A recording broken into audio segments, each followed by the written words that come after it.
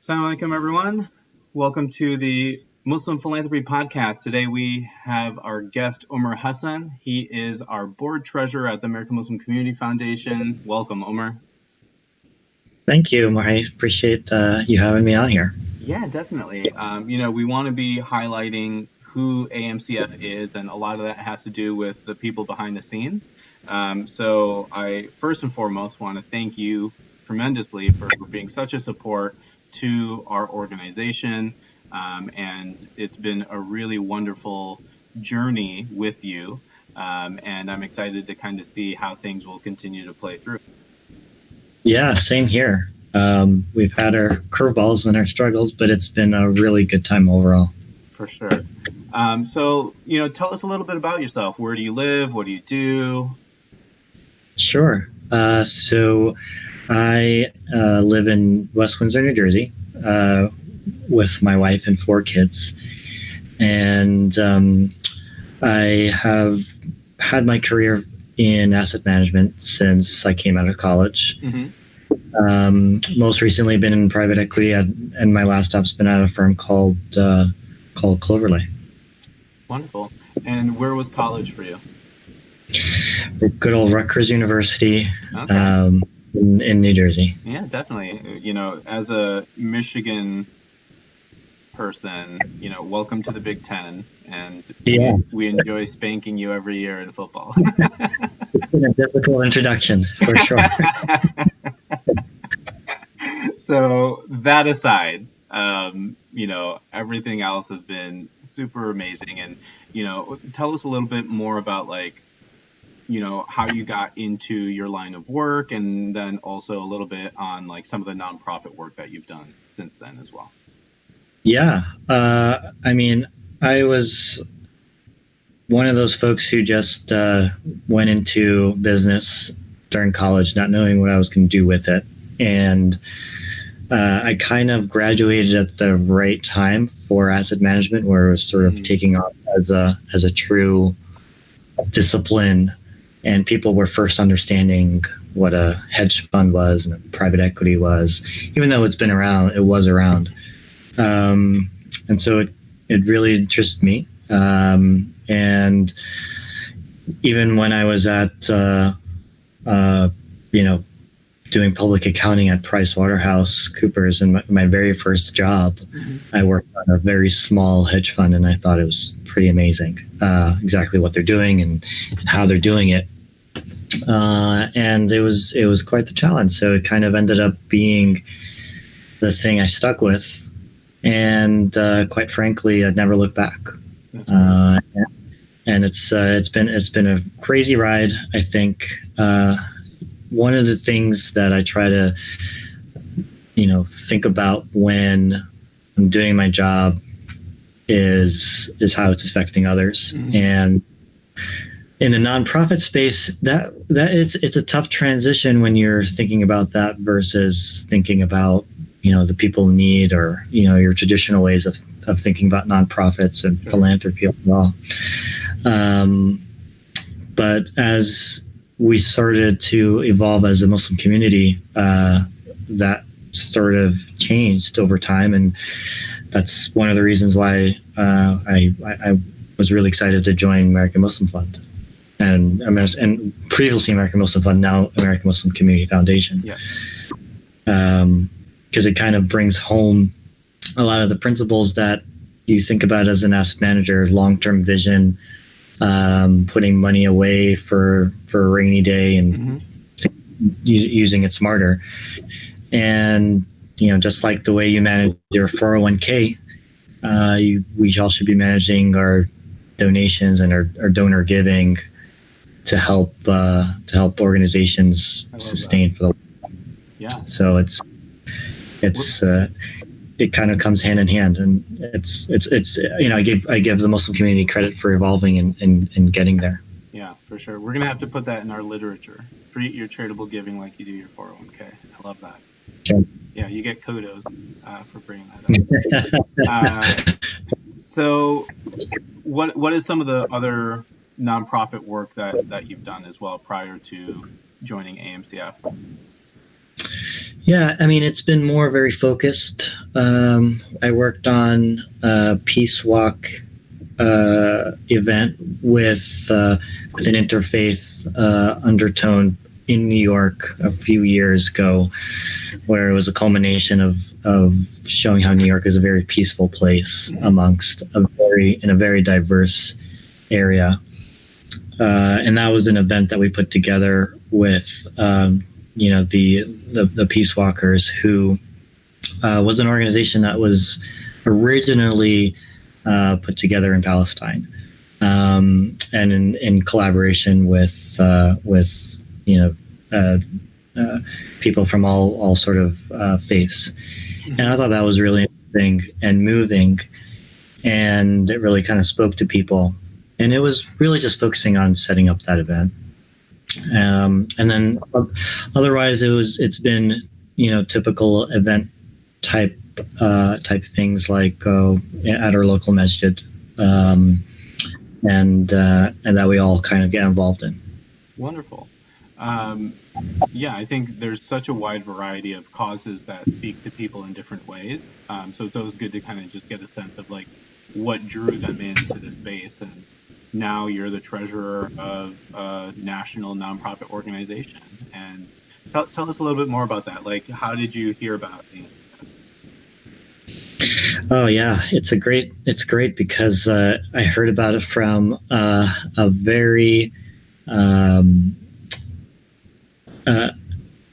interesting place. I saw a message from on the post on Muppies back in, I can't believe I'm saying this, 2016. A very talented person named Muhi Khwaja, and please. He basically laid it out really well. And as I was reading what American Muslim Fund was trying to do, and they were recruiting for board members, I was like, finally, something that I can use discipline in. I got really excited because, I mean, anyone can go to a beach cleanup, and that all those things are important. And it's just finding the people to help you out. This was different. This was, okay, I can actually apply the things that I learned, some skill sets to a growing concept in the Muslim community. So that's kind of the first time I heard about it. And it's been wonderful ever since. For sure. And then I think you maybe joined like the following year or the year after.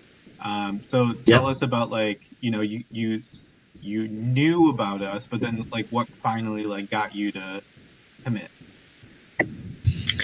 Yeah, I think it was the first time I had to really think about, right, I need to allocate a portion of my time on an ongoing basis to nonprofit work.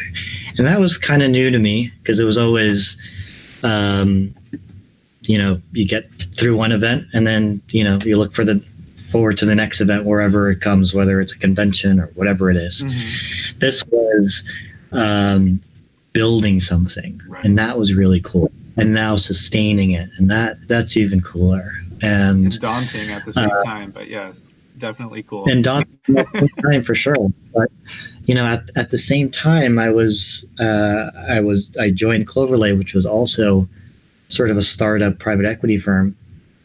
And while I'm doing that and also helping American Muslim Fund as a startup at its time, I kind of just got the bug, and it was just really, really fun and interesting work. And the impact that you have doing that type of work is long lasting, because these are you're making decisions that now are going to impact the future of this organization and what happens to it. And that was really cool, I think. And I mean, that coupled with shaping it and doing it with great people. Yeah. I mean, it's been a dream come true. I'm glad to hear that, and I think that even jumps into our next question that I wanted to ask of like, why do you support me? Sorry, can you say that again? Yeah, of course. So that just jumps into the next question of like, why do you support AMCF? Yeah, I mean, it's so amazing at how much what a community foundation does for people. And walking in, I didn't realize what a community foundation really was until I joined. But the word foundation is so correct for what we do, in the sense that it is the bridge between what donors want to give to and what organizations need to have. Right. And building that from the ground up. And the donor ecosystem exists without it, and it can happen. And that's what we've seen as a community in the past, but it's not as organized, and it's not as well thought out. Sure. Unless a foundation is there to help guide it, plan it, and think about every organization's 5 and 10-year plan. And I think just bringing that to our community is what I find to be the biggest part that I support. And just thinking about it as a long-term sustaining entity. We all have our local masjid that we support. And just think about the 20-year plan of that masjid. Right. I think, no one, unless except for the board members of that masjid, are thinking about that. And to grow this community in this country with our children and our grandchildren, it's just like building your legacy. For sure. That's beautiful. And I think that kind of jumps into, like, it'd be remiss if I didn't mention, right, we're recording during coronavirus pandemic, we're recording in Ramadan, and all of that often makes you look at your life and kind of reassess, like, what am I really doing, right? At a larger, deeper level, you have that introspective moment. And we often talk about, philanthropy. It's in the title of our podcast. And what philanthropy means is the love of mankind. So what does philanthropy mean to you? So, I mean, the way I think about philanthropy is I break it down to its basic levels. And I think of it as any altruistic act that a human can do to another human. And to me, that is what it is at its core. It is a part of our human DNA and I think we need it to be human. That's an opinion. And philanthropy, in my mind, is just the collection of those acts. When you put those together and do it in an organized way, to me, that's the culmination of what philanthropy is. Wow. I think if I, tossed you a baseball and you just had a bat, you just knocked it out of the park, right? Right. If I was Pippen and you were Jordan, I lobbed you the ball, you just alley-ooped and dunked it, man. That was awesome. Thanks. I mean, I think it's something that you really think about. I mean, in today's world, it is a different world today. Yeah. And, you get you see the craziest things on the news and the craziest things on social media. And, the thing right now is we're sort of all in this together. And the amount of amazing things that we're seeing people doing is unprecedented. Right. And I think how naturally it came for everyone has been an amazing thing. And I hope, these are one of the things that when we are on the other side of this, inshallah, that's what we can celebrate. For sure. And I think that's the silver lining, without a doubt. Yeah. If you could solve one issue in the world, what would it be? I would think about it. I always think about hunger as a Right. problem that could easily be potentially fixed. I mean, easy in quotations, but it's the way I think about it is a misallocation of resources. Right.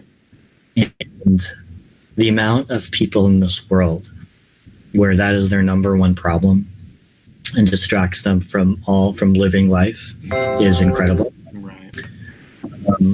So you take that problem away from the enormous population in this world. Just think about what other things that we could be doing.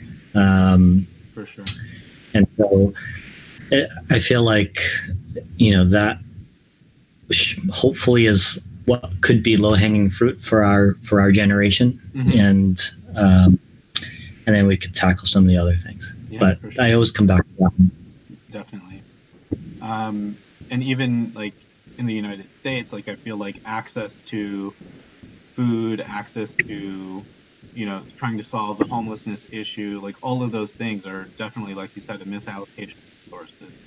Those are all things that have been on my mind a lot, and how we can try to help other people. But I think the beautiful thing that, like you said, is like this pandemic has shown us the good side of humanity as well, in terms of people just wanting to help. So if you could support any other nonprofit organization aside from AMCF, which you obviously do and you love, and we're probably your number one if I had to say so myself, what would 3 other nonprofits be that you'd like to think of or shout out?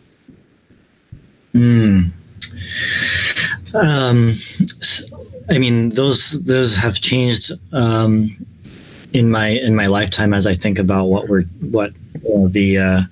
the ecosystem looks like today. But I really have gravitated recently towards the organizations that are kind of focused on specific causes and helping those causes in a direct kind of way, rather than organizations that try to do everything for everybody. Gotcha. And so, like, an example in my mind that comes to mind is like the Tayyiba Foundation that helps incarcerated Muslims, get beyond their current situation and in prison and outside of prison. Yeah. And we'll be having Sheikh Rami Nasur on the podcast, so he'll be able to talk about Tayyiba Foundation in depth. I love what they're doing. I also really love some things like the Noor Center, that's focused specifically on domestic abuse and battered women in our community, and it's laser focused on an issue that we need more education on and better resources for. And they're working on a second house in Florida, is it? Yeah. Inshallah, yeah, that's the plan. Yeah. And then, I mean, I'd say, if I had to choose one of the larger organizations out there that I find really compelling and doing great work, because they all are, I really like the way Helping Hands handles their business. They cover a lot of ground, and they do it in a really nice and eloquent way. And they've been wonderful to sort of support over the years. Well, I'm glad that you mentioned those organizations, and everybody can go to our website and check out our nonprofit directory and take a look at those and hundreds of other nonprofit organizations that are doing amazing work. So with that being said, let's close out with what your favorite scripture or ayat or hadith or anything like that is. Yeah, this is a good one because it changes depending on what's happening in my life, and it's the most amazing part of our religion, that it can make a big impact on us based on what you're reading at that particular time. But in terms of a story, I've been really thinking about the story of Prophet Yunus or Jonah, because to me it's like it's the ultimate story of redemption, literally hitting rock bottom in a belly of a whale, right. and it's the ultimate story of forgiveness, even for him and for his people. So it's a wonderful way to show how sometimes what you think is the right answer for something, it may be a completely different answer, and it took the help of a higher power to show that it was really his